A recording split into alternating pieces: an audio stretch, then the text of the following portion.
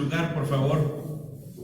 La última conferencia, la última plática para esta noche le he titulado Amor Generacional. Allí quedó la letrita AL al final, pero es una sola palabra, amor generacional, es decir, de generación a generación. Y aunque voy a hablar para todos y aunque espero que el Señor use su palabra para bendición, para edificación de todos los presentes, quiero sobre todo dirigirme al cuidado hacia los más vulnerables, los más frágiles en nuestros hogares, los ancianos, los niños. ¿Qué dice la palabra del Señor al respecto?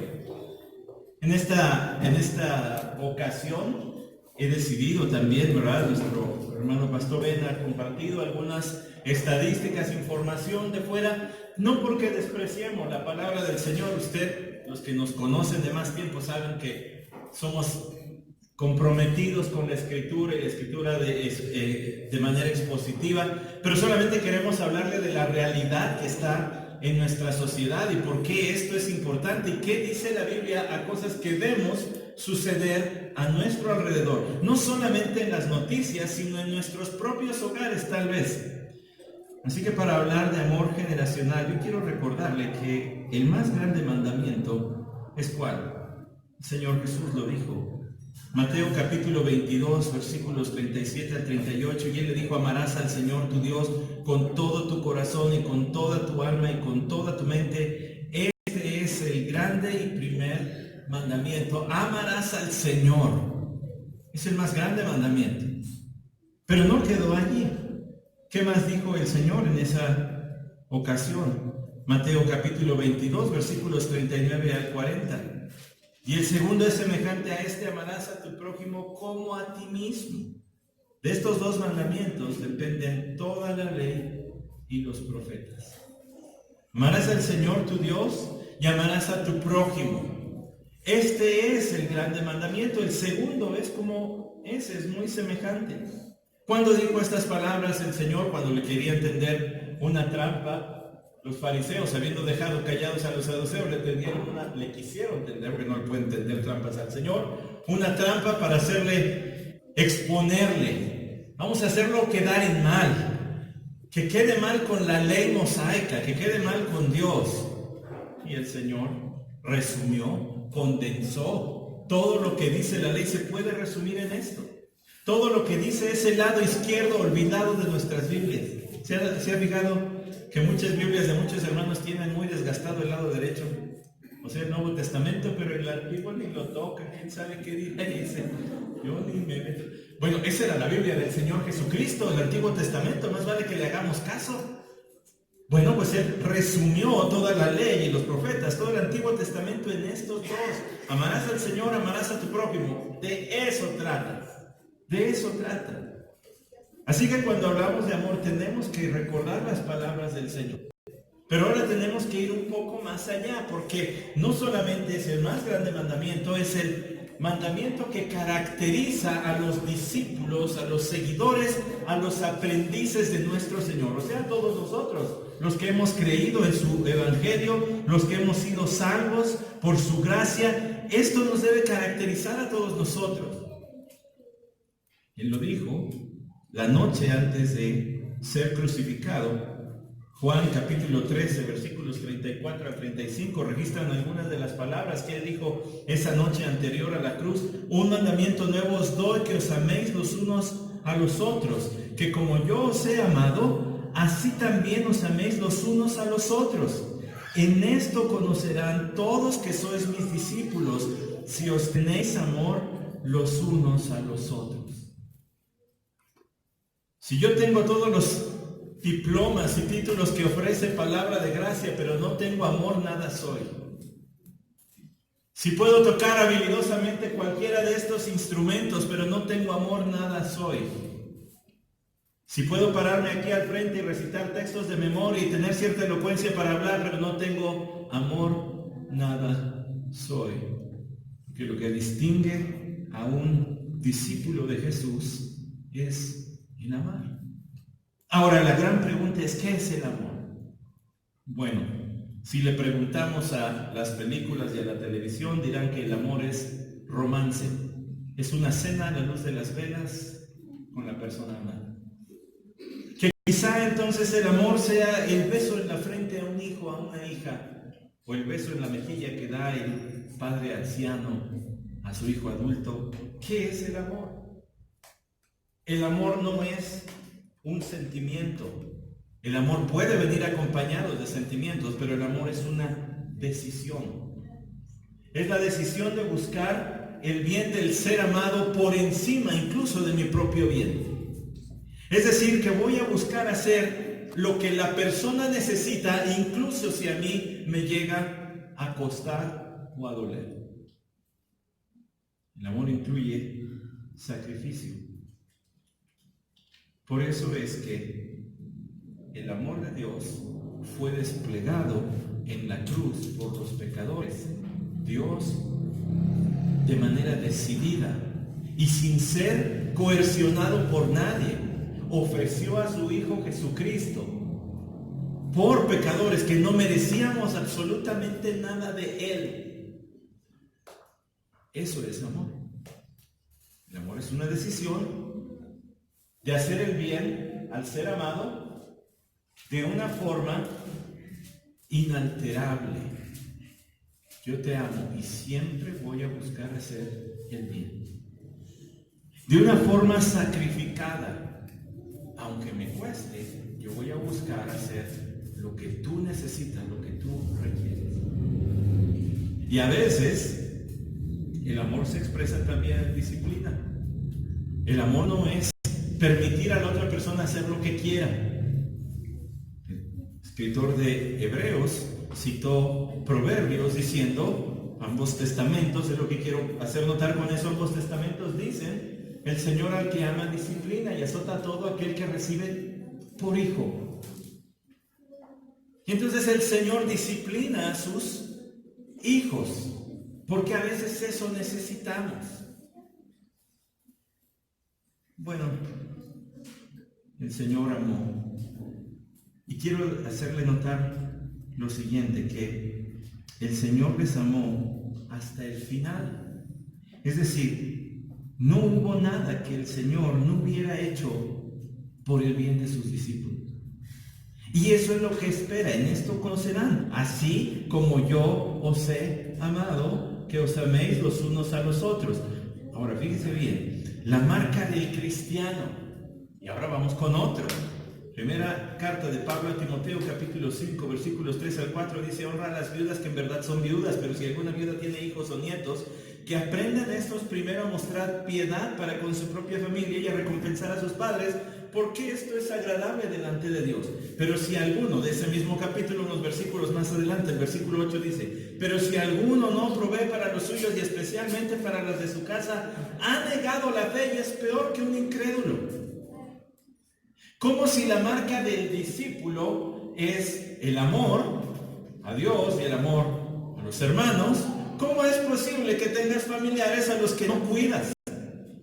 La marca del cristiano es esta. El amor expresado también de manera tangible.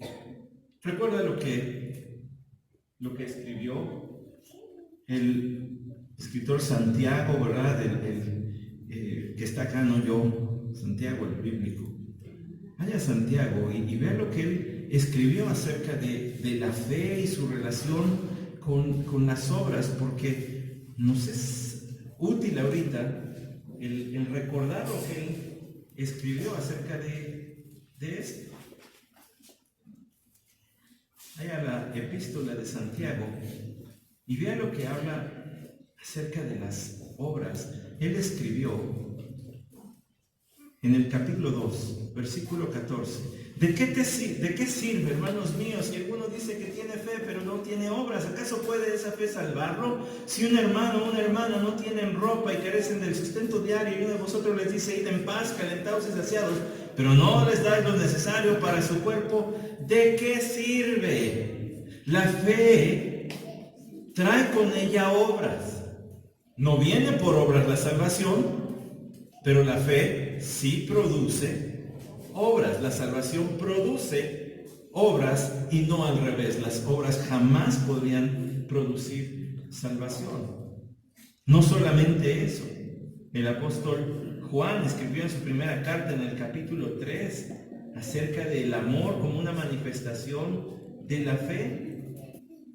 Dice Primera de Juan capítulo 3 versículo 15: todo el que aborrece a su hermano es homicida, y vosotros sabéis que ningún homicida tiene vida eterna permanente en él. Versículo 16: en esto conocemos el amor, en que él puso su vida por nosotros. También nosotros debemos poner nuestras vidas por los hermanos, estar dispuestos a sacrificarnos como el Señor se sacrificó. Mismo pensamiento que el Evangelio de Juan capítulo 13, ¿se fija? Como yo os he amado, así ustedes ámense. Y el otro día el Señor entregó su vida.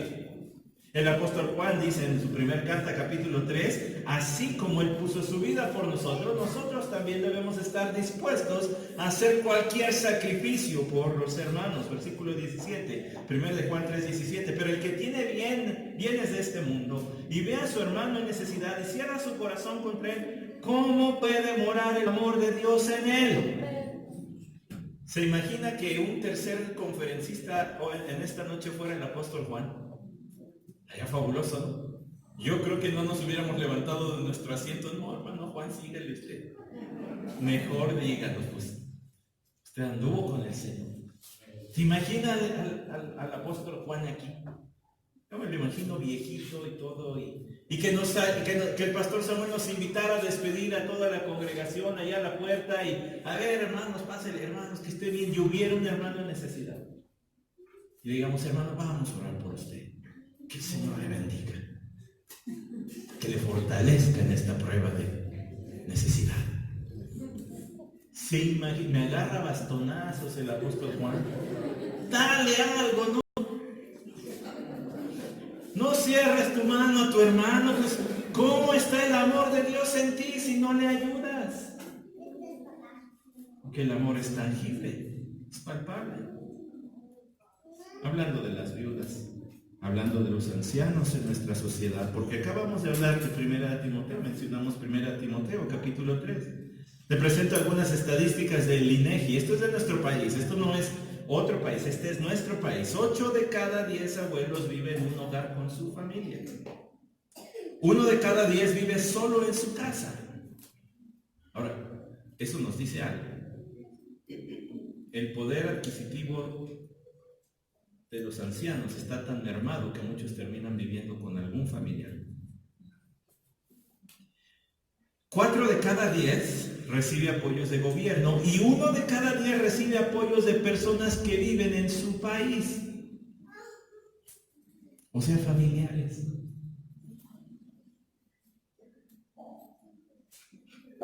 Conocí la historia de una ancianita que vendió su casa para ayudar a sus hijos a salir de deudas. Y ahora la ancianita anda de casa en casa de los hijos, se la van turnando. Y los hijos otra vez tienen deudas. ¿De qué sirvió? Y su estabilidad, y su tranquilidad, su privacidad, se perdió. Y ahora sufre mucho porque ella se siente, yo no la llamo así, ella así se expresa, se siente arrimada en casa de sus hijos. Pues sí, usted y yo sabemos, hay un dicho, ¿verdad? Muy feito, pero que dice que una persona que está en cierto tiempo, pues empieza a incomodar. Y entonces al principio era, llegó mi abuelita y todo era felicidad, pero luego, ya está mi abuelita aquí. Va a venir mi mamá unos días con nosotros, pero luego ya era, mi mamá no se va. Solamente 1 de cada 10 recibe apoyos de personas en su país o familiares, pues. El trabajo doméstico que realizan es cuidar a los niños menores de 6 años. Pues sí, porque a los 6 ya se van a la primaria y ahora ya son de tiempo completo muchas. ¿Sabes? Qué bueno que es la última conferencia, porque a lo mejor piso muchas calles y voy a tener que salir corriendo de aquí. Pero hay muchos padres que le confían un privilegio a los abuelos que Dios les dio a ellos, y es la crianza de sus hijos. El poner límites, el disciplinar. Y no estoy hablando de golpes, estoy diciendo de instruir. Esto es lo que te toca hacer como hijo y lo vas a hacer y vas a respetar estas reglas. Eso es disciplinar, dar disciplina, formación. No estoy hablando de golpes. Eso le toca a los padres, no a los abuelos. Ahora, si hay un abuelo aquí de los que dicen, los padres educan, los abuelos maleducamos, pues piense de segunda vez, porque la Biblia no da lugar para eso. Uno de mis mejores amigos me compartió la ocasión en que él le tuvo que decir a su suegra: si no me va a apoyar en la educación de mi hija, mejor ni se meta. Y la hermana se enojó y por 2 semanas no le dirigió la palabra. Pero ¿sabe qué ganó? El respeto de su hija. Porque cuando los padres le dicen a los hijos, pues no, y no te voy a dejar el celular, ya no vas a jugar, por desobediente. Y llega el abuelito y dice, vete por ella. Y le da su celular. Lo que está haciendo es un grave daño. Le está enseñando al hijo, puedo desobedecer y de todas maneras no pasa nada. ¿Y sabe qué va a suceder cuando ese niño o niña crezca y se enfrente a la disciplina y a la ley de Dios? Va a decir, puedo desobedecer al fin, no pasa nada. Lección que debe aprender de los padres. Ahora también hay padres que se toman la disciplina demasiado a la ligera. No estoy ahorita yendo contra los abuelitos. Es un ejemplo, pero es que no puede ser su trabajo ese. Eso no puede ser. Ellos ya tuvieron sus hijos. ¿Por qué cree que Dios da los hijos hasta cierta edad? Pues porque hay la energía, la fuerza para disciplinar. Ya después ya no, ya es más fácil darle, pues prenderle la tela y que se entretenga. Pues ya no tengo la energía para cuidarlos. Por eso Dios da hasta cierta edad los hijos. 5.7 millones de personas de 60 años o más se encuentran en pobreza, lo que equivale al 43% de esta población. Sí, la sociedad tampoco les ha sabido retribuir. Los que hoy son ancianos y los que están más allá de los 70 y 80 años fueron los que levantaron este país de la revolución. A ellos les tocó el México después de la revolución, al que había que ponerle fundamento.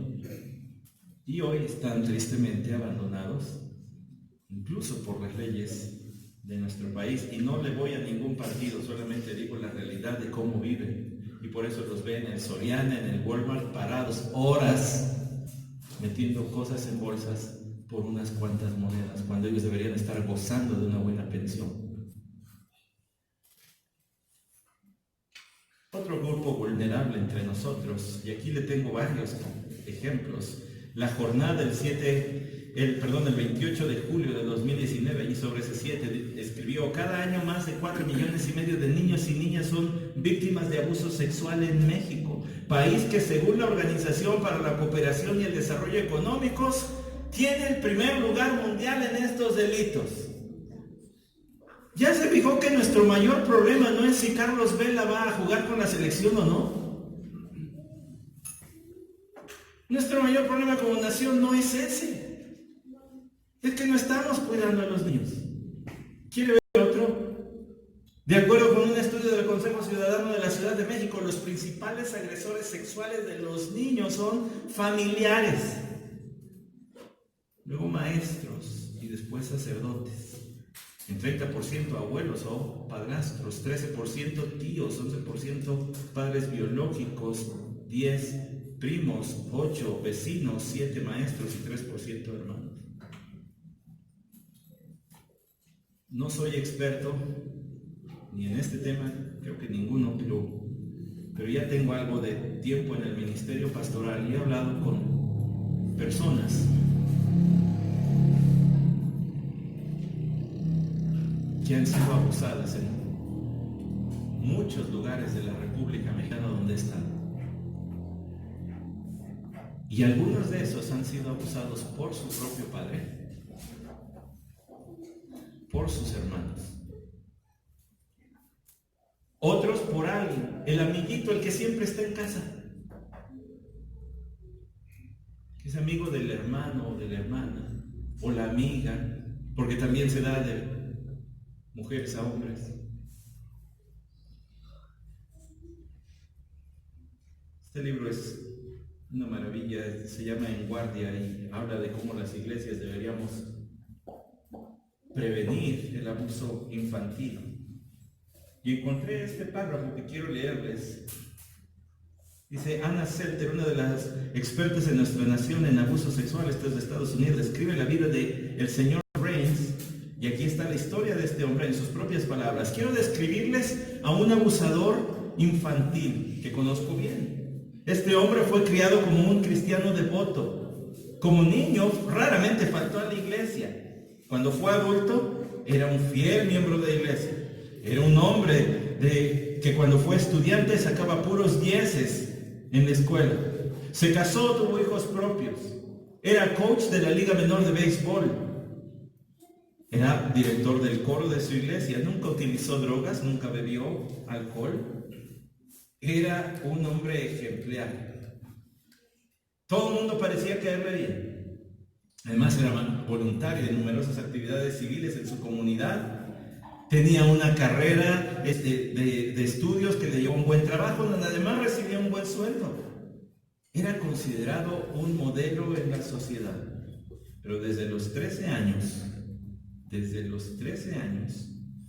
abusó de otros jovencitos y niños. Y continuó con ese patrón de vida hasta ser adulto. Nunca abusó de un niño extraño. Todas sus víctimas fueron familiares y amigos. Conozco bien a ese abusivo, porque soy yo, dice el que confiesa aquí. Cuando las personas que están más cerca pueden ser las más peligrosas.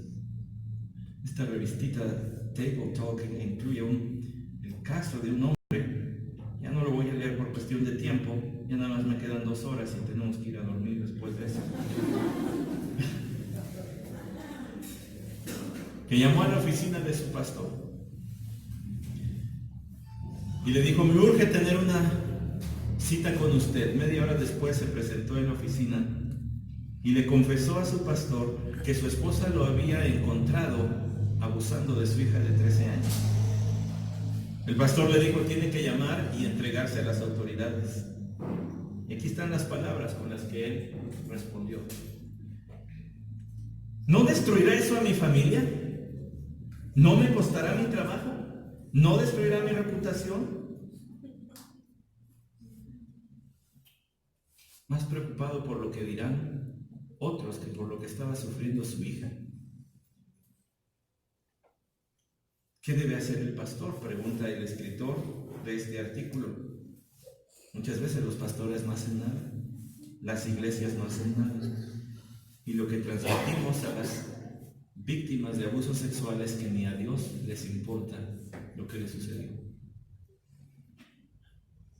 Sí me fui a ejemplos drásticos, y sí me fui a ejemplos duros, dramáticos, pero les sorprendería también saber lo que a veces los pastores escuchamos: el número de casos de abusos infantiles, pero también de los ancianos. En el caso del abuso infantil se sufre de violencia, se sufre de abuso sexual, pero en el caso del abuso de los ancianos también se sufre muchas veces de violencia. También se sufre de desprecio. Por eso es que necesitamos hablar de amor generacional. Por eso es que necesitamos ir a la palabra de Dios y ver qué dice acerca de esto. Le cuento una historia. Usted ha visto, ¿verdad?, estas caravanas que atraviesan desde Centroamérica y atraviesan nuestro país tratando de llegar a Estados Unidos. Bueno, es una historia de refugiados. Un hombre con su esposa, sus 2 hijos salieron de su país a causa de la escasez. Fueron a vivir a otro lado donde los hijos encontraron esposas. Por allí estuvieron viviendo unos 10 años hasta que murió el padre de familia, los 2 hijos, y se quedaron 2 viudas jóvenes y una viuda mayor, la madre de los hijos.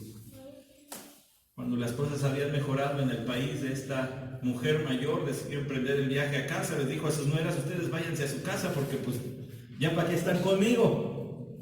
Una de ellas sí se regresó, la otra le dijo: no, yo me voy a ir contigo.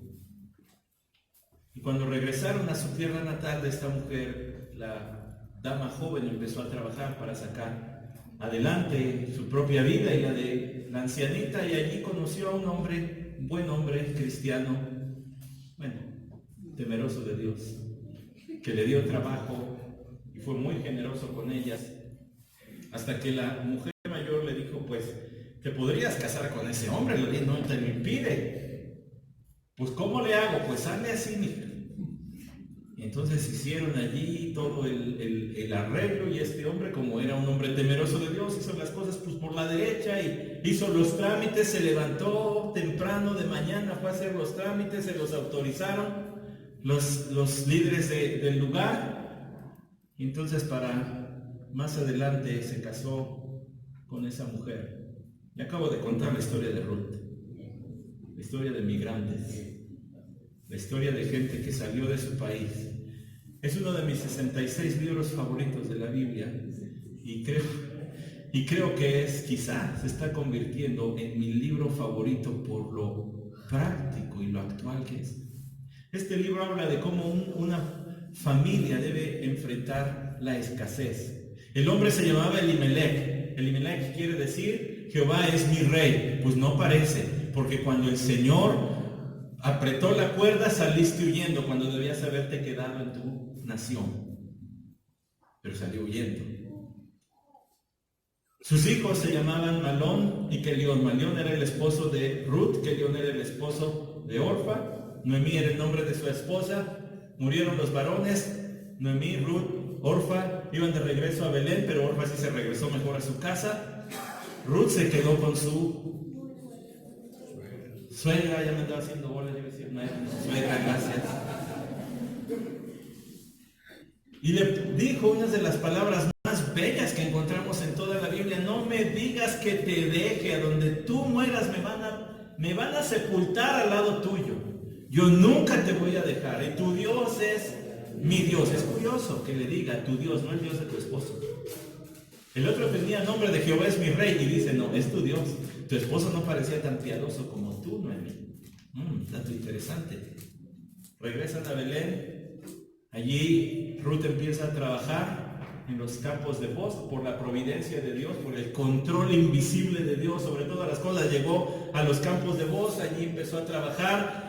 Ruth le dice a Noemí: pues se llama Bosc, oye, pues él nos puede redimir, él está legalmente autorizado para casarse contigo. Así que en una de las escenas que entiendo que son confusas en la palabra del Señor, ¿verdad? Dice que, pues ponte, mija, ponte tu vestido y ve allá a la era donde está Bosc limpiando el trigo. Y uno se imagina que Ruth entró como la Cenicienta, así con su vestido ampón y todo, como quinceañera. Lo más probable es que no, porque el plan era no exhibir a Bosc así de: órale, cásate conmigo, y forzarlo, sino que él tuviera libertad. Así que más bien allí el vestido debería traducirse el vestido grueso. Ponte tu manta. Iba más bien como con un chal grandote y grueso, que Bosc no entendió quién era allí, ¿verdad? A la mera hora.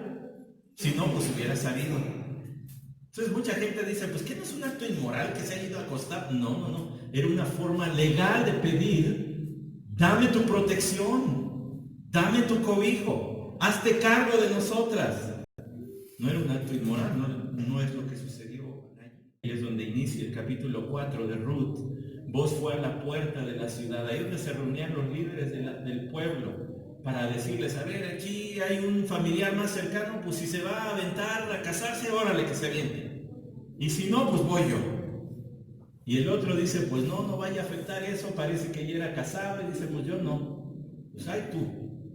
Bueno, pues dame tu chancla. No se incomode. Así se firmaban. Ahora firmamos el papel, ¿verdad? Antes se daban la chancla. No le da gracias a Dios que haya plumas y papel. Yo para qué quiero la chancla de la tarjeta de crédito. Usted, cada quien con sus hongos.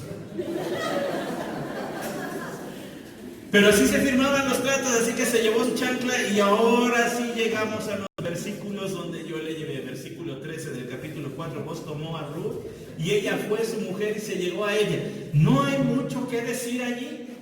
Es decir, se casaron y luego pues tuvieron intimidad como cualquier matrimonio casado. Estaban en su luna de miel, pero aquí viene la inserción importante, porque es apenas la segunda vez que se menciona a Dios en todo este librito de Ruth. Y el Señor hizo que concibieran. Y ella dio a luz un hijo.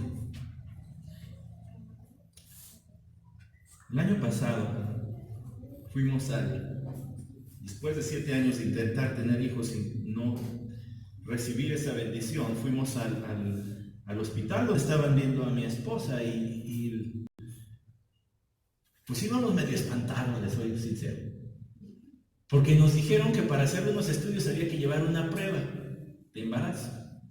Pues si estamos yendo porque no podemos tener hijos, ¿para qué nos hacen comprar una prueba y gastarlo? Pero espérese, porque lo peor era el aspecto emocional, y eso sí estaba muy, muy feo, porque yo le dije a mi esposa, pues tenemos que llevar esto. Y ella me dijo, no, Santi, no me voy a hacer otra prueba. Es demasiado doloroso hacerme pruebas y pruebas durante 7 años y todas dicen que no lo voy a hacer. Le dije, mira, mi reina, porque es mi reina. Le dije, mira, reina, tenemos que cuidar esto porque pues, si los médicos dicen, pues por algo lo dicen. Y que sale positiva. ¿Cómo crees? Pues mañana compramos una ya que no sea del similar, ¿no? Porque igual estaba ahí. Y compramos al otro día otra y que sale positiva. Pues no vamos a echar las campanas al vuelo porque se siente re feo que otra vez nos digan que no, entonces no, vamos a esperar a mañana al hospital. Y yo recuerdo que estaba yo pues afuera, ¿verdad? Nervioso y tratando de matar el nervio, pues ya sabe, haciendo de todo. Y cuando sale mi esposa me dice, mira, ¿ha visto alguna vez un ultrasonido? ¿Verdad que no se entiende nada? Pues, ¿y qué digo?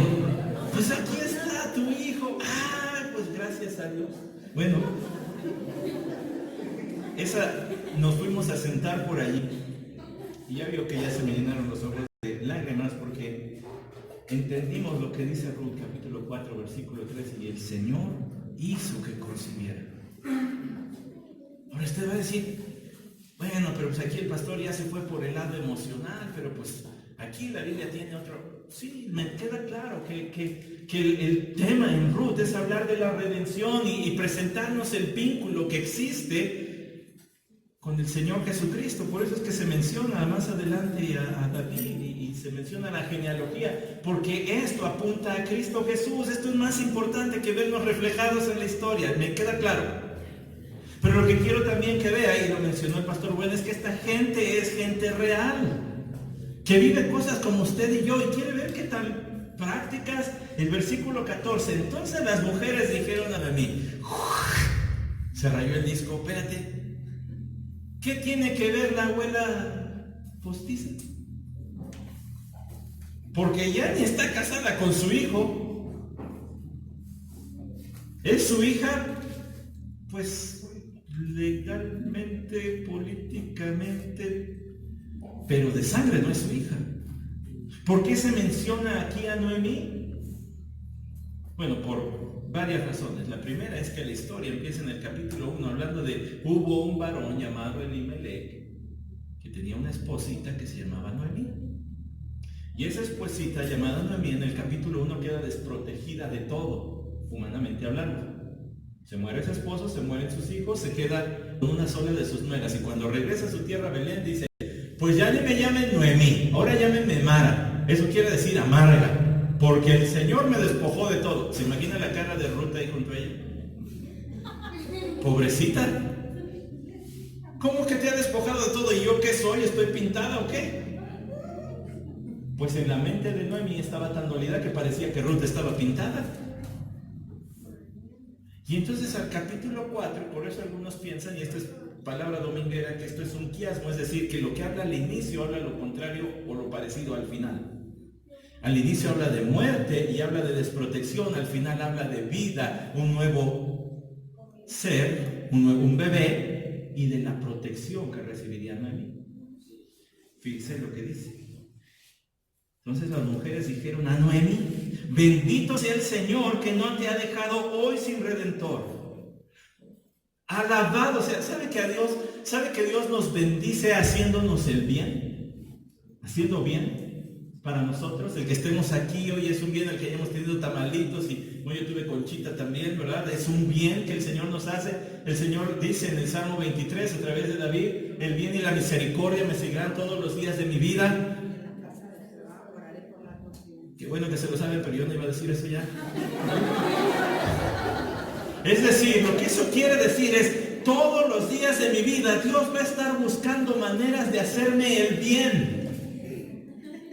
Y luego nosotros estamos deprimidos, ay Señor, pero estás tan lejos que no se puede. Todos los días está buscando maneras de hacernos el bien. Pero nosotros, por el contrario, no podemos añadirle ningún bien a Dios.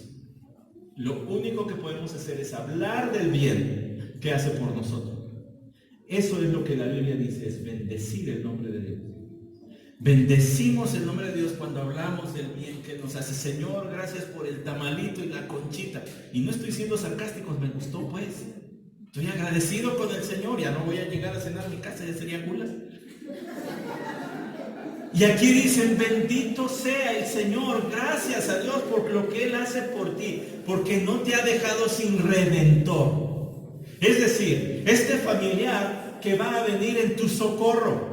El redentor podría ser un familiar que, si tú tenías problemas de deudas hasta caer en manos de otro como esclavo de tu acreedor, pagaba tu deuda y te liberaba, por ejemplo.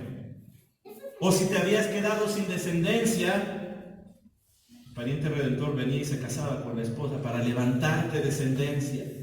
Esa es la idea del redentor. El redentor tendría que ser un pariente, tendría que ser alguien voluntario, dispuesto y que además tuviera los recursos para hacerlo. Bueno, pues aquí se menciona a este bebé que va a ser tu redentor. Va a cuidar de ti. Escuche, versículo 14: que su nombre sea célebre en Israel. Qué curioso que le hayan dicho eso. No están hablando de que el nombre del Señor sea célebre en Israel, están hablando de que el nombre de este bebé llegue a ser célebre por el bien que te ha hecho. Que te haga tanto bien que se haga famoso por cómo cuidó de su abuela. Y ni siquiera era su abuela de sangre. Es amor generacional. Es amor tangible, que te haga el bien.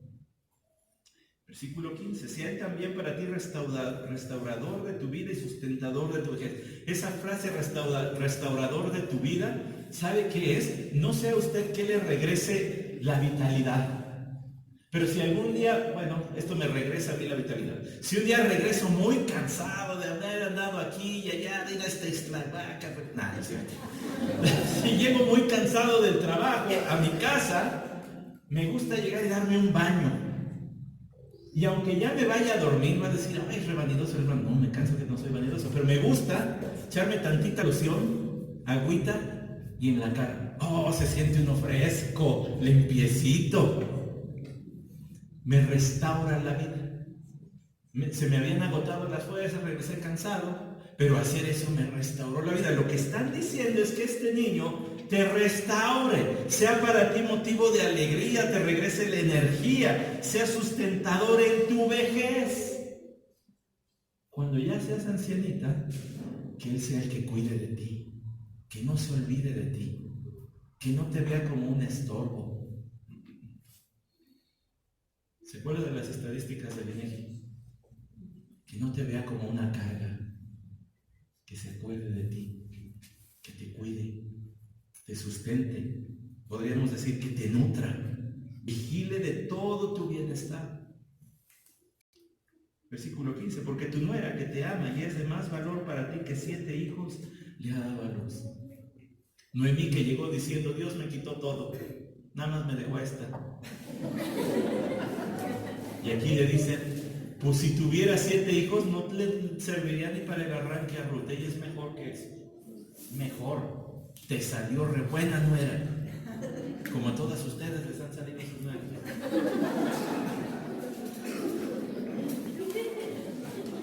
Versículo 15. Fíjese. Porque aquí está otra vez el amor generacional. En Entonces Noemí tomó al niño, lo puso en su regazo y fue su nodriza. Y las mujeres vecinas le dieron un nombre diciendo: le ha nacido un hijo a Noemí. Y lo llamaron Obed. Él es padre de Isaí, padre de David. Ahora, si no le suena raro todo lo que acabo de leer, le debería sonar raro. Por varios motivos. ¿Cómo que lo tomó en su regazo? ¿Cómo que fue su nodriza? Pues ¿cómo le hizo? Bueno, no sé cómo le hizo, pero ahí dice que lo hizo. Pero cuando dice que lo tomó en su regazo, dice que cuidó de él. Ahora, por el testimonio de vos, no vos Lightyear, sino vos el que está aquí, es uno de mis héroes de la Biblia. Este hombre es un hombre en todo el sentido de la palabra, como lo hablamos hace rato. La masculinidad bíblica está retratada en vos. Y si se quedó con hambre, no creo, pero si se quedó con hambre, le voy a dejar una tarea. Para la cena, si va a cenar todo bien, o para el desayuno, se prepara su café, se agarra otra concha de esas sabrosas como las que nos dieron, se abre la Biblia en el libro de Ruth y le pone atención a lo que hace y dice vos, un hombre trabajador, que incluso en el tiempo de los jueces, cuando se desarrolló esta historia, que el libro de los jueces termina diciendo: en aquel tiempo no había jueces en Israel, cada quien hacía lo que bien le parecía. Parece México en el 2019. Pero era allá. Aún en medio de ese contexto, este hombre era temeroso de Dios. Tanto así que hasta sus trabajadores los tenía bien instruidos. Jehová sea con ustedes, y los otros le respondían: también Jehová sea contigo. Era de testimonio. Si fuera el área de la iglesia, diríamos, era un cristianazo y estaba ganando almas hasta en su lugar de trabajo. Se toma un cafecito y se lee estos 4 capítulos y le pone atención a todo lo que diga y haga voz.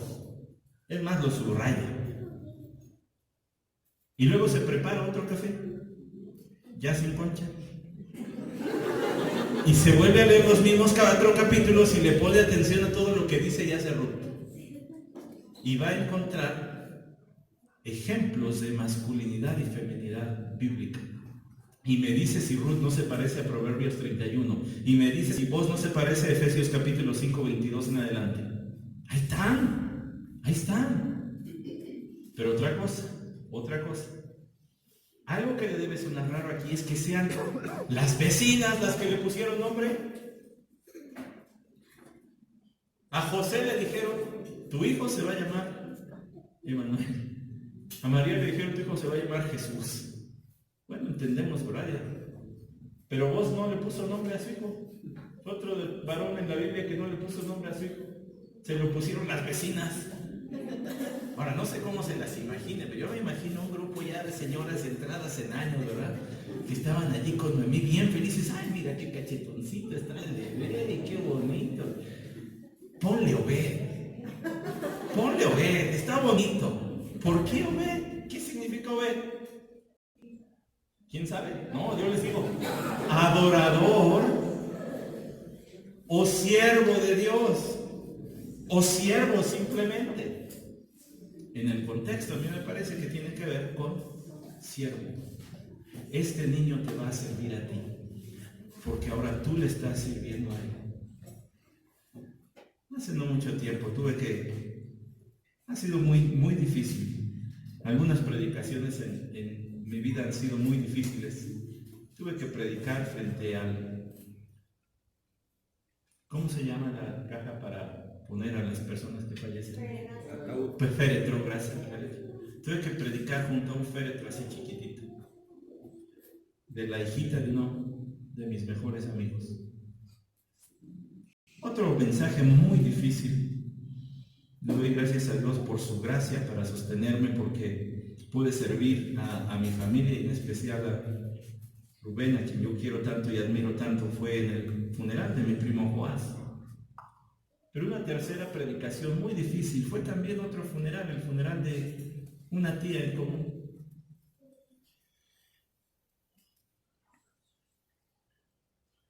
Y referí estas mismas palabras para decirles: Ahora se tienen unos a otros.